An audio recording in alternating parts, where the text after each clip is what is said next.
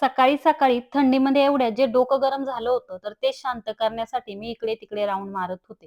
आता ते कशामुळे ते पुढे जाऊन तुम्हाला सांगतेच, पण त्या अगोदर इथे आले होते बाहेर म्हटले, "थोडंसं शांत होऊ दे, नाहीतर सकाळी एकदा कटकट करायला सुरुवात केली, की दिवसभर तेच मागे लागून राहतं." तर म्हटले, "चला आता बाहेरची कामं तरी आवरून घेऊ." कारण की सकाळचा नाश्ता का थांबला होता, तर ते पण सांगते. रात्री मी हे सर्व घरातले टॉवेल जे आहेत ना, जवळ 4-5 टॉवेल गरम पाणी केलं एकदम कडकडीत आणि त्याच्यामध्ये पावडर टाकून भिजायला घातले होते. म्हटले, की नेमके मोजकेच खाली ठेवते आणि बाकीचे ठेवून देते.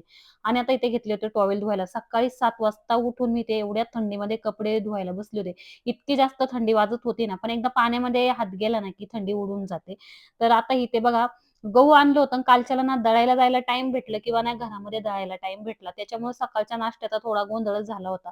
तर सासूबाईंना म्हटले, "मी जोपर्यंत कपडे धुते, तोपर्यंत तुम्ही ही आपल्या घरातली छोटीशी गिरण आहे ना, तर त्याच्यामध्ये पीठ करायला सुरुवात करा, दळायला टाकून द्या म्हणून. तोपर्यंत माझे इथे कपडे सुद्धा धुवून झाले होते. लग्नामध्ये काही गोष्टी अशा आहेत ना वस्तू, ज्या मी खूप झालीवरती विचारपूर्वक आणल्या होत्या. त्यातलीच ही एक गिरण, की जेणेकरून मला दळायला जायचा खूप कंटाळा येतो आणि त्यातल्या त्यात म्हटले, की कधी इमर्जन्सीला लागलंच तर घरामध्ये. तसं रेग्युलर नाही केलं जात, कारण की घरात त्याच्या चपात्याही म्हणजे फारशी मन लावून खात नाही कोणी आणि म्हणजे बरेचसेच रिझन आहे, की खूप त्याचा फुफाटा उधळतो असं.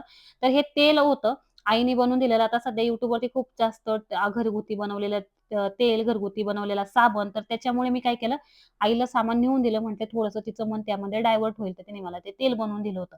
आता इथे बघा, हे जेवण ह्याच्यामध्ये डाळ अशी ठेवून दिली होती, पूर्णपणे गोठून गेली होती. एक माणसाचा सुद्धा बटाट्याची भाजी नसेल, त्यासाठी पूर्ण कढई झाकून ठेवलेली होती. हा भाताचा डब्बा तो डाळीचा पूर्णपणे म्हणजे माकलेला होता, खराब झालेला होता. तो पण असा झाकून ठेवला होता. खीर कोण फ्रिजमध्ये ठेवतं, तर सर्व गोष्टी अशा फ्रिजमध्ये ठेवल्या होत्या. रात्री हे उशिरा जेवायला आले आणि मला म्हटले, की "जेवण दे." मी जेवायला दिलं आणि थोडीशी बेडवरती जाऊन लोटले. मला म्हटले, की जेवण झाल्यानंतर मी म्हटले, "मी जाते म्हणून." सर्व जेवण काढून ठेवते. तर मला म्हटले, "नाही, नको, नको. मी सर्व व्यवस्थित ठेवून आलेलो आहे." आणि थंडीमुळे मला सुद्धा कंटाळा आला आणि बाहेर आल्यानंतर सकाळी मी किचनमध्ये गेले, तर ना मला कढई होती ना काही होतं. मी पाहिलं तर हे सर्व प्रकार. त्यामुळे असं झालं ना खूप जास्त चिड येते आणि मी जेव्हा बोलत होते तेव्हा ना त्यांनी मला लाईटली घेतलं, काही फारसं मनावर घेतलं नाही. तर नाश्त्यामध्ये आज चपातीचं म्हटलं आता कधी पीठ होणार, त्याच्यानंतर मग नाश्ता होणार. तर इथं मी छान असं नाश्ता तयार केला आणि आता इथे बघा अशा प्रकारे आमची छोटीशी गिरण ह्याचं म्हणजे एक बेनिफिट आहे, की घरच्या घरी होतं. पण टाईम पण बराचसा जातो आणि सर्वात महत्त्वाचं म्हणजे सर्व इकडे-तिकडे धुराळा उधळतो. तर तुम्ही बघू शकता.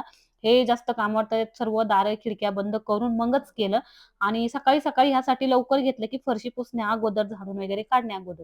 त्याच्यानंतर आईने जे तेल दिलेलं होतं म्हटल्या आरवीला लावू दे. तिने एवढं आवडीने दिलेच आहे आणि सगळ्यात महत्त्वाचं होतं, की मी म्हटले तिचं थोडंसं मन डायव्हर्ट होईल ह्यासाठी.